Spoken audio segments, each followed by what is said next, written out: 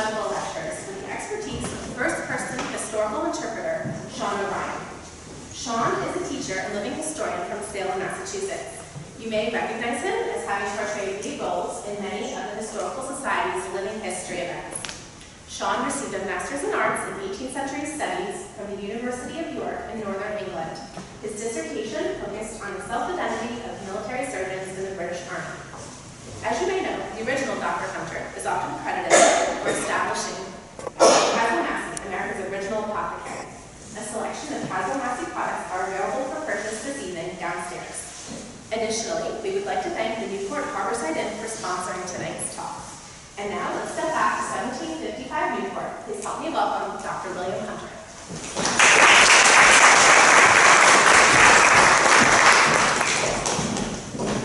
Good evening. If you are my students, I'd expect a much louder response. Perhaps we'll work on that by the end of the evening, yes? Ladies and gentlemen, fellow physicians and fellow scholars of the medical arts, distinguished guests, students, subscribers to the Society, men and women of Newport, greetings. My name is Dr. William Hunter, late of Edinburgh, Scotland, and now a resident of this, your fair city, in the King's Colony of Rhode Island and Providence plantations. I thank you all for braving the elements and cold, which I assure you when I wrote this were very much in evidence. And thus proving the spirit of intellectual inquiry here in the colonies lives with as much fervour and vim as it does in that wise and venerable land from which we all take our academic, scientific, and philosophical direction. Though your attendance to this evening's lecture so flatters me as to think I am not entirely unknown to you, please allow me these brief words to present to you some history of my scholarly and medical pursuits, which have so directed my steps as to ultimately lead me here to you on this evening. I was born in Lanarkshire, Scotland. My more famous cousin, born in early reign of George I, and whose name I am fortunate to share, perhaps inspired me from such an early age that I remained unaware of his subtle influence to study the course of medicine which I had undertaken. Certainly by 16 I had established myself upon my present course, serving as a surgeon's mate to Dr. Peter Middleton on the bloody field of Culloden, where the young pretender Charles Stuart and his cause came to that end which Almighty Providence had delivered they should meet. Such misadventurous company did not prove the ruin of my younger mission, and I proceeded to further my studies at Leyden in the Low Countries, whose university I trust needs no great introduction. Being a native son as well of such a country whose arts in the medical sciences are perhaps unsurpassed in any other Christian nation, I took education at the Royal College in Edinburgh. Knowing the need in the colonies of those in whom zeal and education had had happy communion, I took upon myself sail to these colonies, and now present myself to you both as a ready physician as well as a lecturer, intending to spread those seeds of medical knowledge to such fertile ground as may be found in the lay community of this city and colony. For such a purpose do I offer this lecture to you. It is little more than 60 years since the first settlement was brought by your forebears to this continent. In that time, from rude beginnings, have been brought forth farms, towns, and cities such as may be considered civilized by any reasonable man. So too may we measure the progress of medical science in the intervening years. Enlightenment has spread over the noble science of physic, much as husbandry and artifice have spread over the shores of wild America. As trade, art, and science is built amongst the populace on this continent, so too does knowledge and advancement take its place within the halls and learning journals of those who seek to preserve the bodies of their fellow man in good health. Light spreads into darkness, driving it back. Knowledge pierces the heart of ignorance, allowing intellect and reason to flourish. Perhaps it is appropriate then that this lecture takes place in the dark time of the year, when the light of knowledge under the guidance of Providence provides a beacon through which we may see brighter seasons of the mind as well as the climate. We are fortunate indeed to live in such a time as admits knowledge to the corpus of medicine and science upon its own merit, waiting not in the passage of centuries to lend a venerable air to an opinion formed more on supposition than evidence. Truly it may be said of the present era of medical scholarship, more than at any time since that of Galen, that reason and enlightenment speak to the halls of learning, and superstition and folklore are banished. What we may observe, see, diagnose, and derive from our faculties of reason form the basis of all our medical judgments. Cicero tells us, homines ad Deus nulla reproprius accedunt quam salutatem hominibus dando, which I'm sure all of you know by heart, yes? Of course, yes. For those of you who perhaps did not pay attention in school, in nothing do men more nearly approach the gods than in giving health to men. While apotheosis may be more than we may aspire to here tonight, it is true that the laudable goal of the preservation of life and health give us occasion to truly serve as our brother's keeper.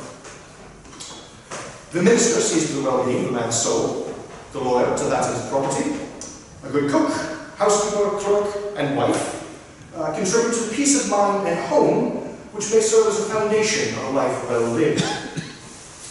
Even the surgeon, in his way, may offer some palliative care to one suffering from a physical ailment. It is, however, the undisputed realm of the physician to safeguard the health and body of man, both individually and civically, to guard against excess as well as to ward against the pitfalls which may beset even the most prosperous of communities. The physician must counsel with both practicality as well as forethought. He must undertake a study of all the perfidies of the natural world, both those which present themselves at the whim and vicissitude of nature, as well as those created by man. To that end, I have prepared for you this evening some remarks on a subject which suits not only the inhabitants of any civilized society, but especially those who, as do you, make their living from the sea and shipping. Though my primary interest yet remains the study of anatomy, it is the duty of a physician to be conversant on any number of medical topics. Perhaps in a future lecture we might delve into the wonders of the human form, created as it is in the image and likeness of God. But tonight we shall not endeavour to such material theology. The city of Newport has long celebrated itself, with justification, as a bastion of trade, progress, and toleration. With such an hospitable reputation, it seems logical to present these works at this time and in such a place as will do the most good to their audience. This city exists on an island, which in and of itself represents many of the climates and situations commonly found in the New World. Rivers, streams, a good harbour with high ground, fertile soil, and low marshes, all admixed. Here at once we exist in a place ordained from above to be both the most salutary refuge from, as well as a place most susceptible to, that most dreaded commodity, the fever. It is this subject which I have chosen to present some remarks to you on this evening. Of all the ailments which afflict mankind, none bear the dread of mortality, and yet the contempt of familiarity more than fever. All may expect to encounter it in their lives, and most escape unscathed. Yet unchecked and unleashed, it may lay low many thousands in the city, spreading without regard to class, status, or, contrary to the views of the learned doctors of divinity, religious distinction. Prince or pauper, scholar or scoffer, merchant or mendicant, all may fall victim to the scythe of this dread disease. Fever saps the vitality of body and mind, reducing its sufferer from a state of health to one of insensible lassitude, robbing the individual even of clarity of mind in their final moments, unable to bid adieu to their dearly loved ones, or offer any last words of advice or comfort to those soon to be left behind. It spreads amongst families, taking children before their parents, or leaving infants bereft of their natural guardians. It lays low whole districts in more populous regions. It spreads amongst the sailors of a ship or fleet, halting the progress of trade, that mighty engine which drives the fortunes of both man and empire. Without any true admission of doubt, it is one of the most destructive natural events which does not bear the dread title and act of Almighty God. For all its intrusive and pervasive nature, fever remains a disease understood yet partially by medical science. To grapple with it, then, we must turn to our faculties of reason. Yet to do a thing of this kind by halves is much the same as not doing it at all. By strict observation of the symptoms of its sufferers, combined with a due consideration of the conditions in which the sickness is most commonly encountered, we may begin to draw a true likeness of this plague. Fear of this illness may not increase its contagion, but fear breeds a sickness all its own, which is no less the duty of the doctor to combat than the buboes and rashes produced in the body of the afflicted. If we may draw a portrait of the fever, or rather the various forms of fever which present themselves to men of science, if not the common malingerer, we may reduce ignorance thereof and in turn render a horror the lesser for its true form. The symptoms of the disease are well known to all those who have travelled far beyond their father's gate. A flushed countenance alternates with a pallor most pronounced, occasionally giving rise to spots and pustules. The pulse becomes spready and weak, yet increases in rhythm. The skin alternately becomes forge hot, then clammy, dry as parchment paper, and then prodigious with sweat. The eye clouds, then becomes bright and clear. The very air emitting from the patient reeks of corruption. Speech and faculty wax and wane, and the most dreadful forces of the imagination seem to work within the burning mind of the afflicted, first causing hallucination and then memory to take equal turn upon the stage, to which full voice is given, seemingly without awareness of what is being said, confessed, or imagined within the throes of illness. In happy instances, all too rare, without the attention of the physician or even surgeon, the fever will break, spiking sharply and then almost at once passing. This occurs almost always in moments of unconsciousness or delirium. The temperature of the sufferer will begin to lessen with copious sweat, usually seen in the minutes leading to the signal moment, then drying away and fading.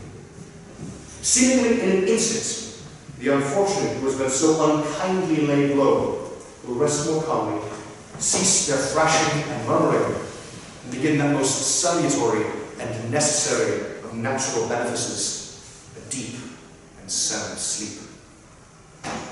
If the fever does not break, the skin takes on the hue of a well-cooked ham, with brittle sweat and waxy pallor admixed. The subject subsides into torpor, then emerges with fervent energy, only to expire in a seeming paroxysm of agony. The fetid breath of the subject ends not with death, but lingers at the deathbed, contributing to the overall overwhelming sense of contamination. Should the patient expire from their malady, the suffering of their loved ones and neighbours does not end at grief.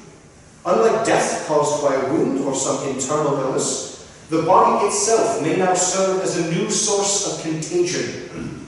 And in the weakness of their sorrow, those left behind who have cared for the unfortunate may now become victims to that self-same illness which has rent their home, family, or even community so recently asunder.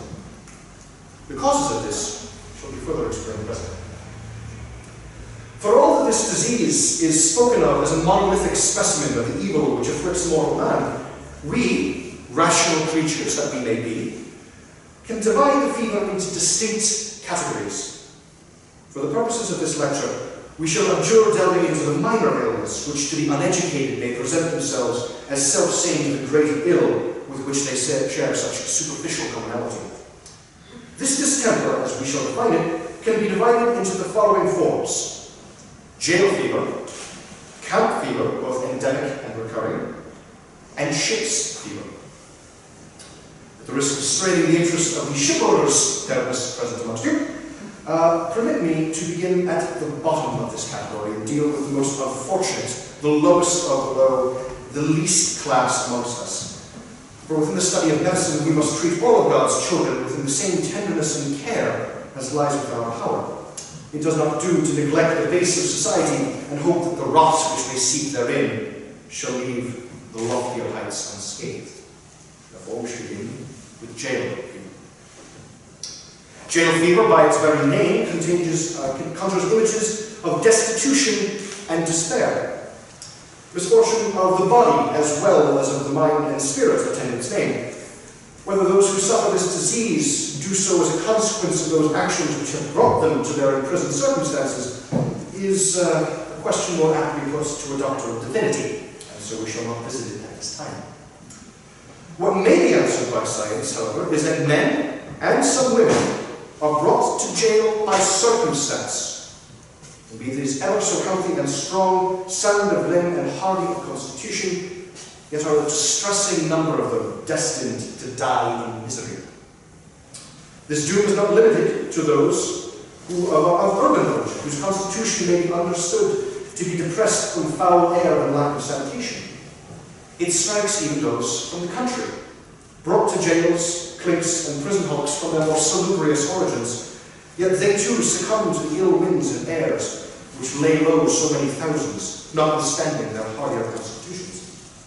Such proves instructive in itself, as we may learn from observation what we might not glean from research, divorced from other information. An individual does not traverse from one state, that of sickness, to another, from that of health to another, that of sickness, without some intervening change. The change here seems apparent. Jails are notorious for their noxious, foul, and pestilent air, and inspectors of such places comment frequently as to the stench which clings to the clothing and skin of even those visiting but briefly these repositories of the criminal classes. Indeed, the more waggish-minded might suggest that the best avoidance of jail fever is simply to shun such activities as are wont to lead one to incarceration. While this advice is wholly agreeable to the medical community, it seems unlikely, even in this enlightened age, that mankind shall rid itself of sin and vice at the behest of physicians. Beyond this, it should be noted that this disease strikes down not only those who reside within confinement, but those even externally connected thereto.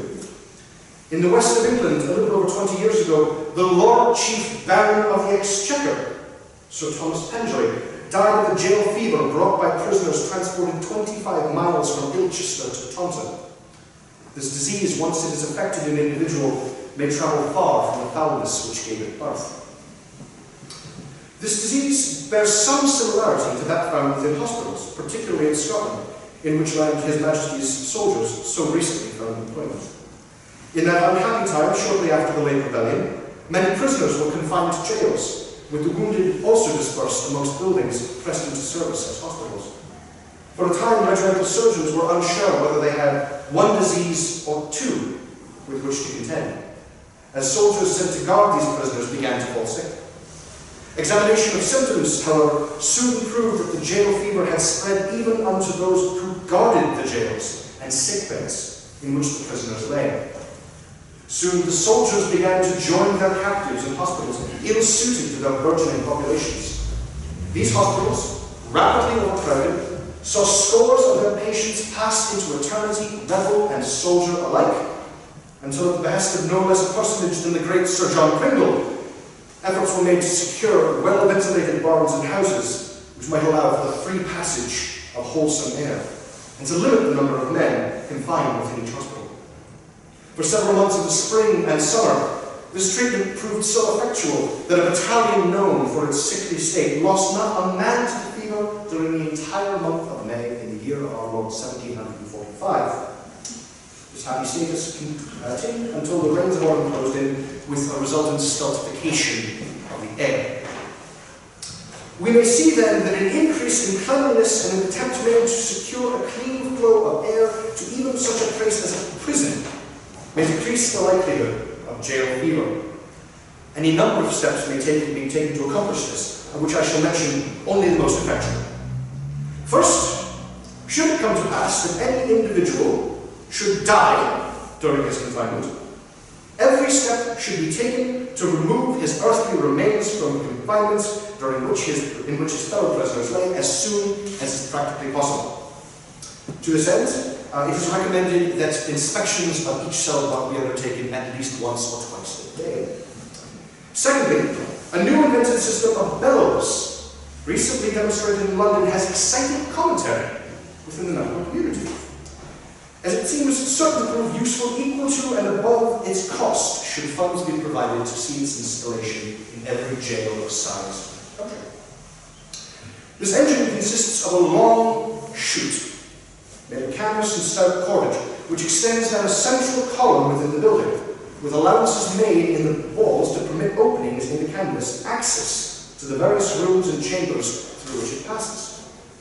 This device is connected at the roof to a flywheel and large bellows, which forces fresh and wholesome air down into the structure from above, and simultaneously pulls up from below the foul-corrupted air from within the structure. This flywheel may be turned by inmates working in shifts, thus providing them exercise, as well as a chance to repay their fellow man by contributing to his betterment. Third and lastly, every effort must be made to present such sources of corruption as are commonly found amongst the lower sort, even those engaged in lawful pursuits. The low and common must be induced into cleanliness alongside godliness. In jails, inculcating a habit of daily scouring of their cells would be beneficial not only to the prisoners, but also those who must care for them, as it would lead directly to a lessening of foul air within the prison. As we have now touched, however, briefly upon the soldier, who is so often castigated as being but one step above the criminal, let us speak of the camp fever. This disease bears some similarity to jail fever, as mentioned above during the late incidents in Scotland, but is sufficiently different in its minute particulars to be worthy of further exploration. While a prisoner is confined to one climate, that of jail, a soldier may be expected to see his situation change from season to season whilst on campaign. For the purposes of this lecture, we shall leave the West Indies, given the horrific yet deserved title of the fever virus to their own academic devices. Instead, we shall focus on those ailments which may be familiar to any of you who have read of the late campaigns in France and Flanders. The soldier of Great Britain has marched in glory across fields on every quarter of the globe. His stalwart courage is a byword, as is his ability to bear great hardships and fatigues. Yet more of these heroes succumb to pestilential causes than die at the point of the bayonet or at the cannon's mouth. When they encamp at the end of a day's march or after a great battle, many of these poor creatures will fall sick and be transported to hospitals whose character cannot be esteemed at all highly. This fever, known commonly to military surgeons as camp fever, has many of the same outward symptoms of jail fever, yet with further complications. Many who suffer this ailment complain of a looseness of the bowels and a great general lowness of feeling before ever even symptoms of fever manifest themselves. Others will complain of a fever one day, then upon the next seem much recovered, only to relapse into their former state a day or two later. A man may report himself sick 2 or 3 times per week before the condition strengthens into that which may be demonstrably called the camp fever. It is not without regret that we must note that the disposition of military camps has been left entirely to those without training in the medical arts, until such time as men possessed of both good sense and training in the Hippocratic arts are consulted with the respect due their profession. It must be the continued fate of soldiers upon the field to lie in such situations which are not conducive to their general well-being, thus leading to a general decline in the fortunes of both army and empire. Yet at present physicians are granted no great station within military circles, and common surgeons, untested and untried for the most part, are allowed to make such palliative gestures as seems to them best without greater direction from those better trained to oversee such care. But at present, the greatest aim which we may hope to render is to examine the facts of a campaign after it is concluded, and offer what recommendations we may to improve the next such embarkment in foreign climes. The first question asked when examining instances of camp fever is, and ought to be, in what situation was the army encamped? Low marshy ground has long been the bane of stationary forces, with the bad air arising, especially at night, from these terrain, proving baleful to all but the hardiest of constitutions. Wherever possible, troops should be encamped on high, firm ground, as far as possible from swamps or sluggish pools, while still allowing access to fresh water. As in all circumstances, the free flow of sweet air is to be considered above all things. Dryness of ground is of scarcely less import, and fresh bedding for soldiers encamped in tents must be secured daily, and not allowed to become damp or soiled by the bodies of the men who occupy them. Should fever develop in a few men, every care must be taken to quarantine them away from their fellows, lest disease spread.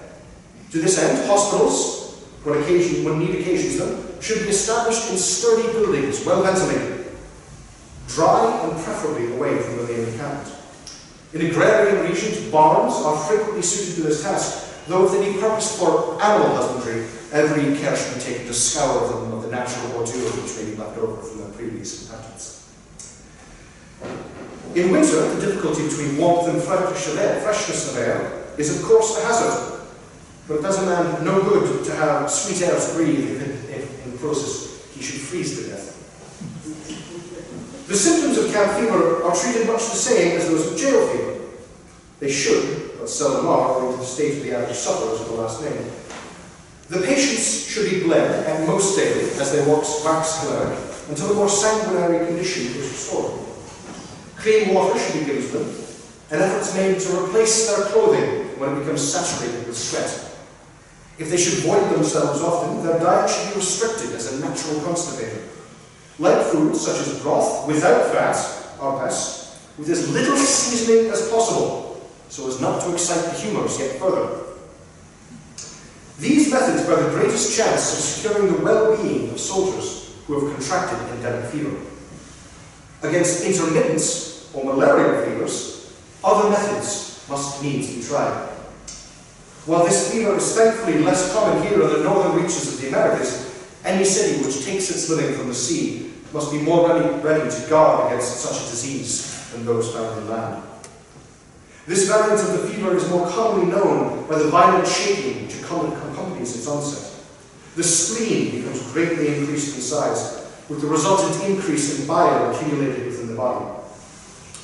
Fortunately, this great malady is easily treated, provided ample supply of the appropriate medicine is combined with an early appraisal and recognition of its symptoms. The patient should be both purged and voided copiously, after which a decoction of chinchona, or Jesuit's bark, should be given. Provided this course is followed regularly, a full recovery from the disease may be expected, though full strength may be slow to return, and as the name suggests, care must be taken that a relapse does not prove fatal after the initial care is released. It cannot be stressed sufficiently that Jesuit's bark alone is an incomplete form of treatment and liable to failure if the patient be not given emetics and purgatives in sufficient quantity. The body must be prepared to receive the medicine if the medicine is to have its full effect. But having turned so neatly to a disease whose cure was brought to European sites by shipping, let us speak of the disease more neatly attuned to the interests of ship owners, which I trust there are several present amongst us tonight. Of all calamities which may afflict the sailor, perhaps only fire is more feared than ship's fever. Fire may be false, as it seeks to externally destroy that which sustains the life of a man on the seas. Fever consumes from within the living heart of a ship, her crew. Upon a ship at sea, far from the shore, possibly even without a surgeon or physician on board who might tend to the sick, fever can spread through a crew with such dread rapidity that the ship soon becomes not a mighty engine and vessel of trade, but rather a ghastly mausoleum. Upon the best programmed ships, those provided well with medicine and those skilled in its use, fever may have less sway over the imagination of captain and crew alike. Yet as most ships set sail with as few crew as may do to propel them to their destinations, fever bears a consideration in how the voyage might end. As was written 20 years ago by the great and learned Franklin, an ounce of prevention is worth a pound of cure.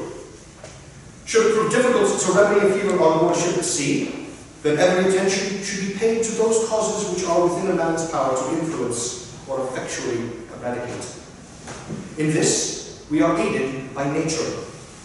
It is generally acknowledged, with a good foundation in medical science, that the air at sea is far superior to that encountered on land, and its wholesome and healthsome properties have been considered a watchword since times immemorial.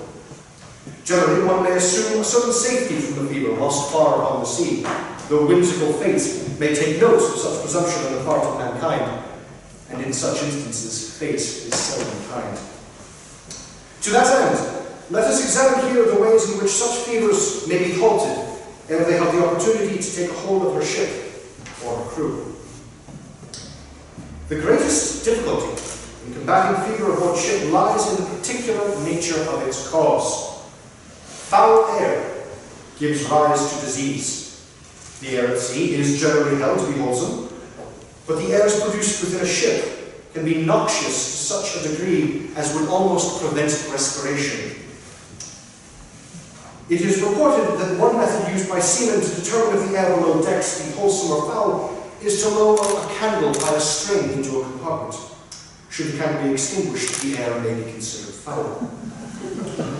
The question arises then how a ship made up of decks but imperfectly ventilated may be rid of foul air or supplied with fresh. The best and most obvious remedy would be to reduce the condition of such effluvia as may contribute to the corruption of the air. As any well-regulated vessel will have rules regarding the disposal of such wastes as may be produced by the means of the crew, it seems that the cargo, or merely the natural seeping of water and other substances through the hull, are likely to collect and stagnate in the low places of the hold, and from these are produced the miasmas which can spread disease. Two notable remedies should be mentioned in the struggle against this source of contagion. One, for when the ship is at sea, the other for when the ship lies at some safe anchorage. As we have already touched neatly upon its cousin, we should begin with more Neptunian circumstance. At sea, the very nature of a ship's propulsion offers us relief from the situations found below. Fresh, healthful air, flowing in columns of wind, powerful enough to drive the mightiest vessel, and free as any gift from almighty providence. The remedy wants but the means of transferring it to the problem.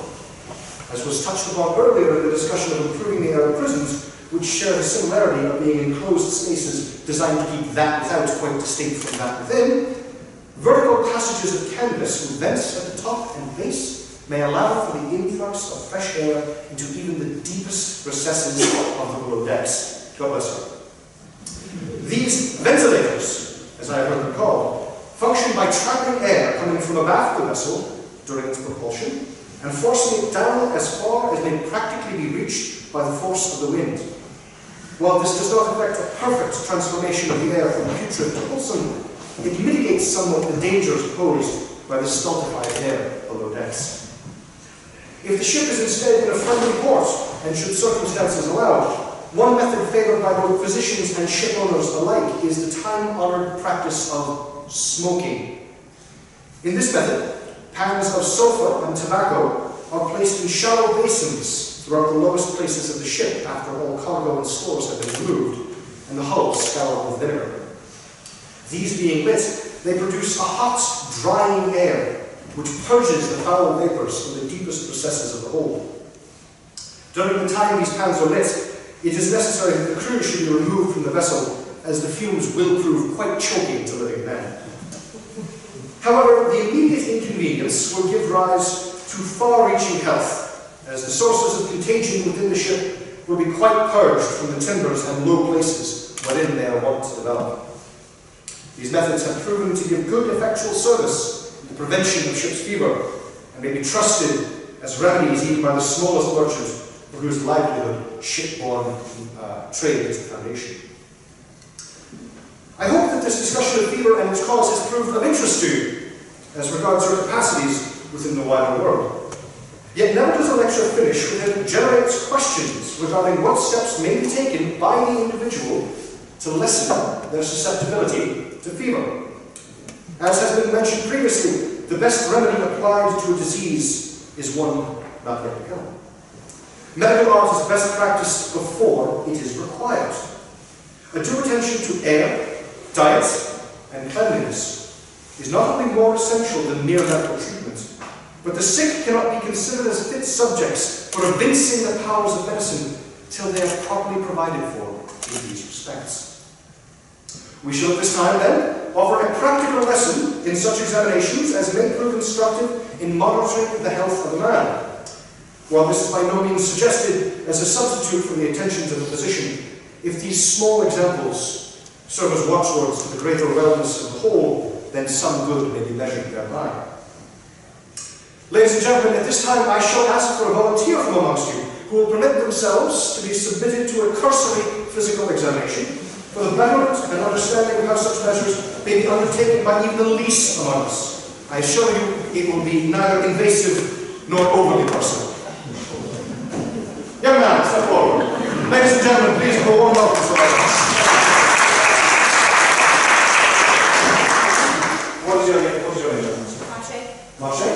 Could I trouble you to remove your jacket for me, please? Thank you.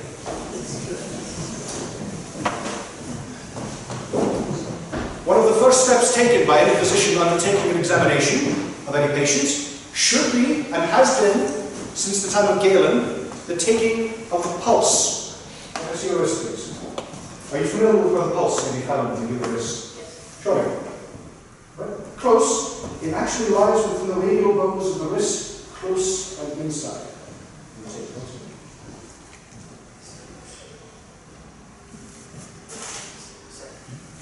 Approximately 65 to 70 beats per minute. A healthy resting pulse for one who has doubtless been thoroughly excited in the mind by whereas to take his pulse perhaps after a game of ball, we might find it more suitably elevated. The second thing one must do is take the temperature of the patient. If I may, would you please clear your hand from the front of your head, please? You may take it with the back of the hand, which is more suitable, the palm occasionally inclined.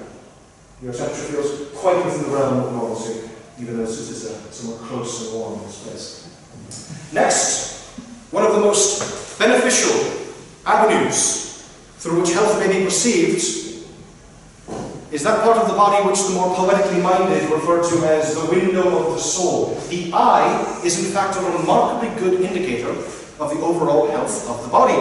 If it should be cloudy, if it should be overly bright, brittle, well-veined, shot through with bloodshed, we may take these as symptoms of some greater malady.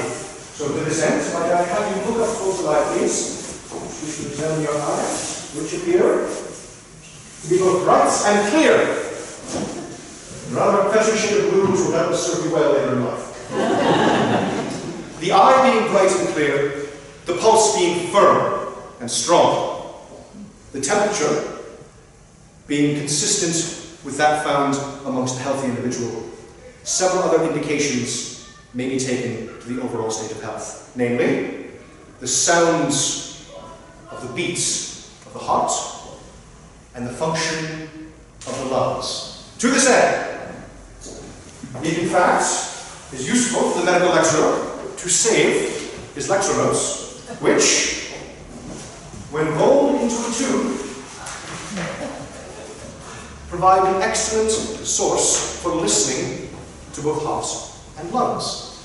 It must be noted that the heart, while poetically given to large in the upper left breast, is in fact found somewhat lower than the average layperson may suppose. In fact, we found near the bottom side of the left ribs. So, if I may, just want you to listen to your heart, please. Don't breathe in too deeply, but don't hold your breath out. If I may. Wigs, however, less. Perfect.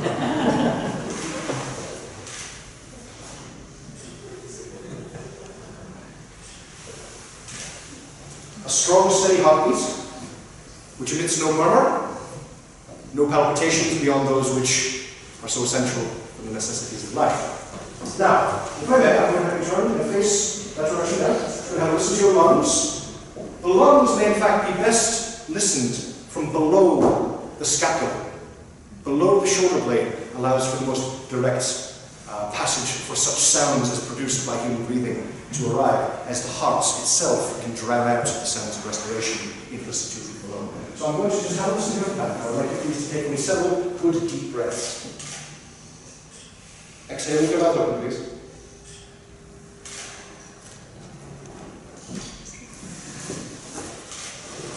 We may hear no mucus or other liquid rattling and gurgling within the lungs. All of these things together paint a picture of a young man in the flower of his health, for which I must assume that your diet is also suitably balanced. You eat not too many meats. You take due consideration of the portion of vegetables. You're allowed perhaps small beer only once or twice a day inside. Neglect not the beer. The water, even in such a town as this, may not be safe to drink. Small beer, near beer, as it is also known, is a very salubrious beverage, even for the young, as it provides them a safe foundation to receive their necessary liquids. Now, there is one other thing which is perhaps one of the less pleasant aspects of an examination such as this, and that is to determine whether or not the air from within the body is as wholesome as that which in this place surrounds us. The breath may tell us many things of the health of the individual. If the breath be foul or putrid, it may speak to some illness within the body. It may speak to an illness of the teeth, which can in fact be far more serious than many would be naturally inclined to believe. So to that end, if you'll permit me, open your mouth, give me a good strong breath outwards. As might be expected in common circumstances. You present a very picture of health, for which purpose I salute both you and your methods. Thank you very much.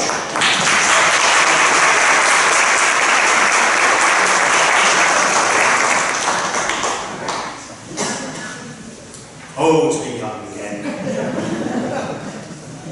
To conclude, I shall offer some advice on remedies which may prove effectual in treating some of the more common symptoms of ill health, which may, if left untreated, lead to a true illness. One of the most common complaints offered in the early stages of a decline in one's physical state is of a great lowness, combined with the loss of appetite. Should this occur, it is imperative to stimulate the appetite and purge the bowels. To this end, laxatives may be taken to encourage the dissipation of phlegmatic humours. Broths and other wet foods should be taken to warm the stomach, and wine in moderation cannot go amiss. Contrariwise, a looseness of the bowels can prove inimical to well-being, as it leads to irritation, which may admit infection in the posterior regions. In this case, clysters should be applied with great regularity to the affected area, along with tinctures of opium to tighten the bowels, until such time as a regular emission should be re-established. Any competent apothecary, of which this city may boast more than one, may offer such remedies upon consultation with either a physician or after due consideration of the symptoms with the proprietors of such an establishment. Compounds which may treat multiple aspects of ill health are to be readily had, and ailments of the stomach, bowels, and head may oftentimes see their root cause treated with one regimen. Should a febrile state or feeling be detected, or should one's liver be high, bleeding cannot be recommended highly enough to lessen the sanguinary tendencies of the body. As to the amounts and frequency, a physician must be consulted. Surgeons, whose purview is that of physical action, may not be fully trusted not to place overmuch emphasis on the need for bodily remedies, rather than prescriptive acts. In the case of nervous excitement, bleeding may also help to depress the excesses of feeling, which treatment may also be combined with such tonics as may help with sleep. Again, direction to an apothecary may prove instructive to those of you who may wish more information as to what substances may yield best results. Some may ask if cleanliness or attentiveness to personal grooming may have a beneficial effect on health. To this, I say, there is no medical grounds to suggest otherwise. Certainly a pleasing scent is conducive to a general happiness with one's state, and as such it may be admitted that inasmuch as the spirit is buoyed when pleasant circumstances are in evidence, and a cheerful spirit combined with a trust in providence may carry an individual through adversity, one may act on such impulses of sensory vanity without fear of damaging one's health, provided such ablutions not be overmuch indulged. It is at this time, ladies, gentlemen, fellow scholars, men and women of Newport, that I shall take leave of you to conclude my remarks.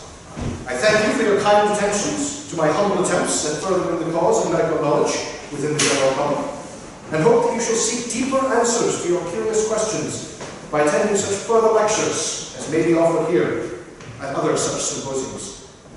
And so, with my many thanks for your attendance, I bid you all a very good night with my sincerest wishes for your continued good fortune, good happiness, and of course, good health. Thank you.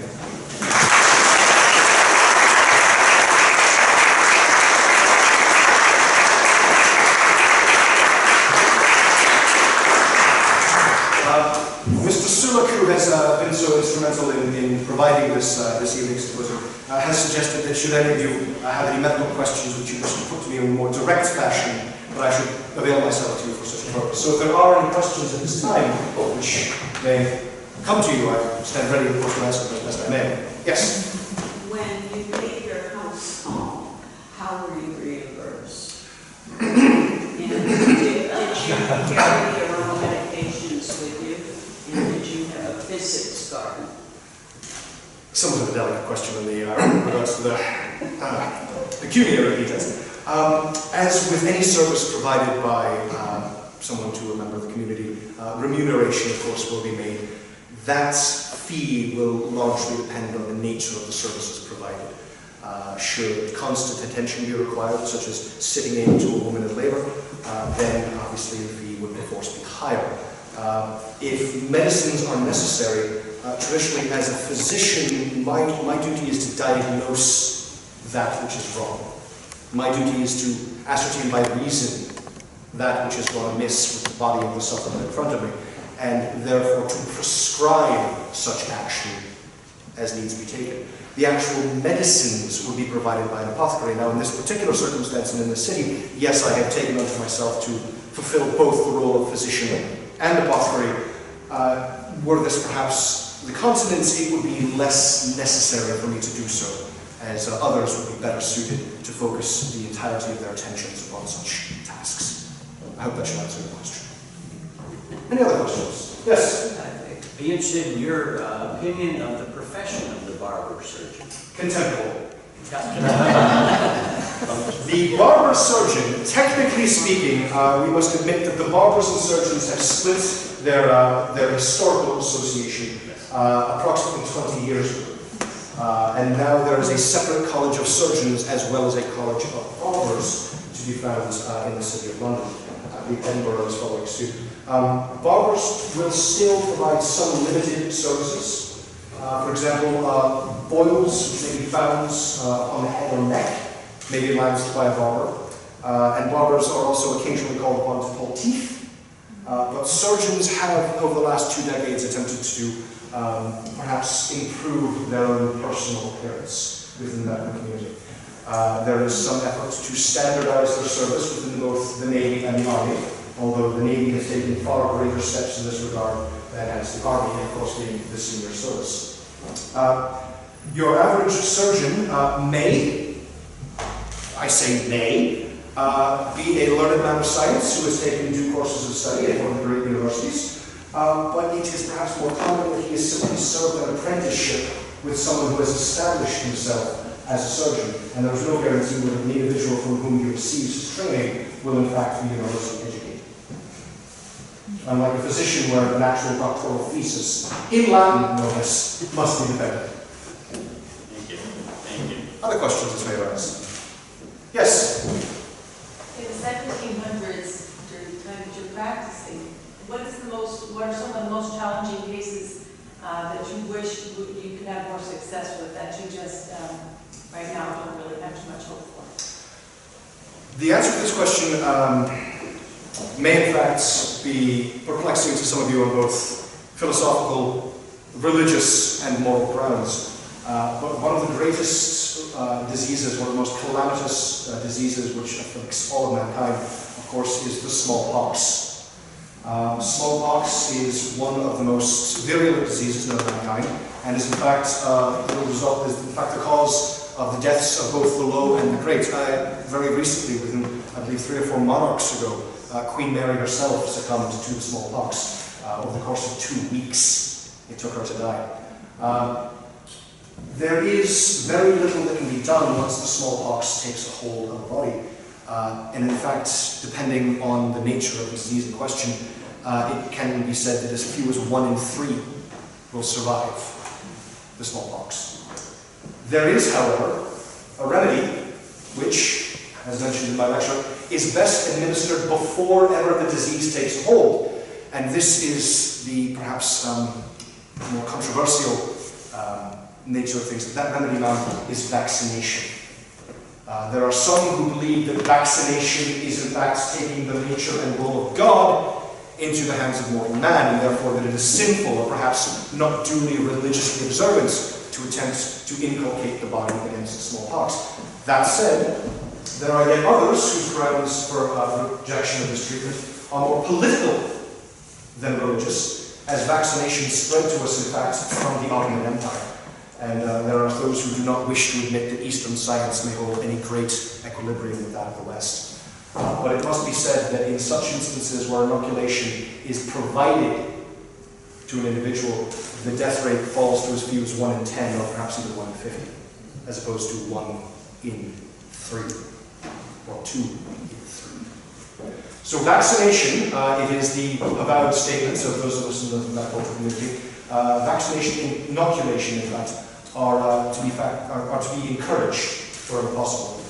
Great programs for its spread are, in fact, at this time being undertaken by several members of the nobility. We shall, of course, wait to see if these actions bear fruit. Are there any other questions? Sorry. You speak of bloodletting, and I assume it is art form. How much and how often was recommended to bloodlet someone when they were ill? Well, to answer the first part of your question, sir, yes, there is an art form and a technique to it. When my nephew, God bless him, ran headlong into a door and gashes his forehead open, that may be said to be bloodletting, but it's hardly medicinal. Although perhaps instructing that perhaps he shouldn't be running around. But the amount of blood that is to be taken, as well as the location, varies greatly from patient to patient and circumstance to circumstance. In the event of a severe contusion, for example, a blow to the knee in which a clot may develop, bloodletting only a very small amount, say perhaps half an ounce above and below the location of the clot, can in fact prove highly effectual to reduce swelling. 3 or 4 ounces at a time is frequently sufficient. There are some surgeons who will take up to 8 ounces at a time, but as has been previously mentioned, surgeons do not perhaps enjoy the fullest confidence of the medical community. The most effective method of doing so is with what is known as a fleam, which has the resemblance of a large church key. It is a sharp bladed object, and the most efficacious regions for bleeding may be found at the armpit and the crook of the elbow.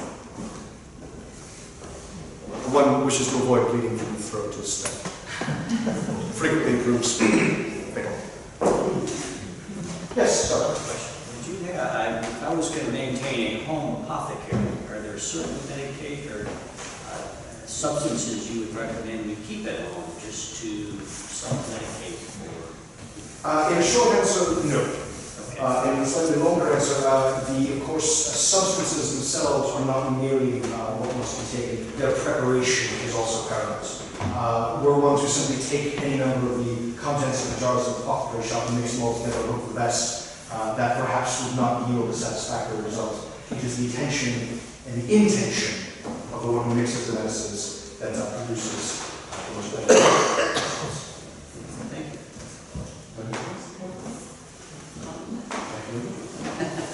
Thank you all for coming.